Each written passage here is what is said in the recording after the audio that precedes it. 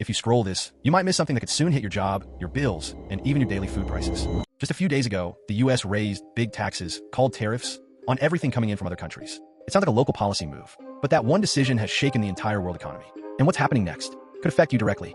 In April 2025, the US government slapped a 10% tariff on all imports, no matter where they came from. But it didn't stop there. China got hit with a massive 34%, the European Union with 20%, and more was coming for Japan and Vietnam.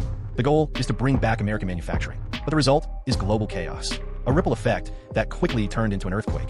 China didn't wait. They fired back, putting 34% tariffs on US goods. That includes cars, tech, farm products, you name it. And just like that, a global trade war was born. Within 48 hours, US stock markets crashed. The Dow Jones lost over 3,900 points.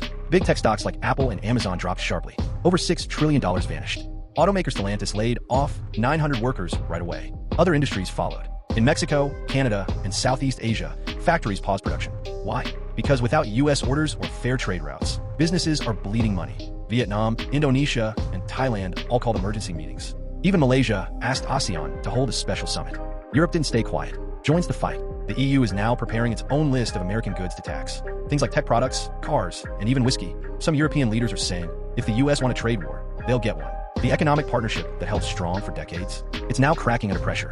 On the other hand, India got a 26% tariff on its exports to the America, and it's feeling the pain. Exports like steel, medicine, and textiles are under pressure. The rupee is falling, and stock markets are shaking. India's leaders are now rushing to build new deals with ASEAN, Europe, and Australia. Also, expediting a bilateral trade agreement with the US, aiming to resolve trade disputes and potentially reduce these tariffs. Why? To avoid being the next domino to fall. Even tech is in trouble. The tech world is not safe either. The US and China are already fighting over apps like TikTok. Now, talks for a US buyout have completely stopped. Meanwhile, American companies are losing billions. Stock prices are dropping fast, and Chinese firms like BYD and Huawei are catching up. It's not just trade, it's a tech war too. Even shipping ports are slowing down. Deliveries are stuck. Oil prices are rising again. And this means everything, from phones and laptops to food and clothes, is getting more expensive. Supply chain crisis that was healing after COVID is now breaking again.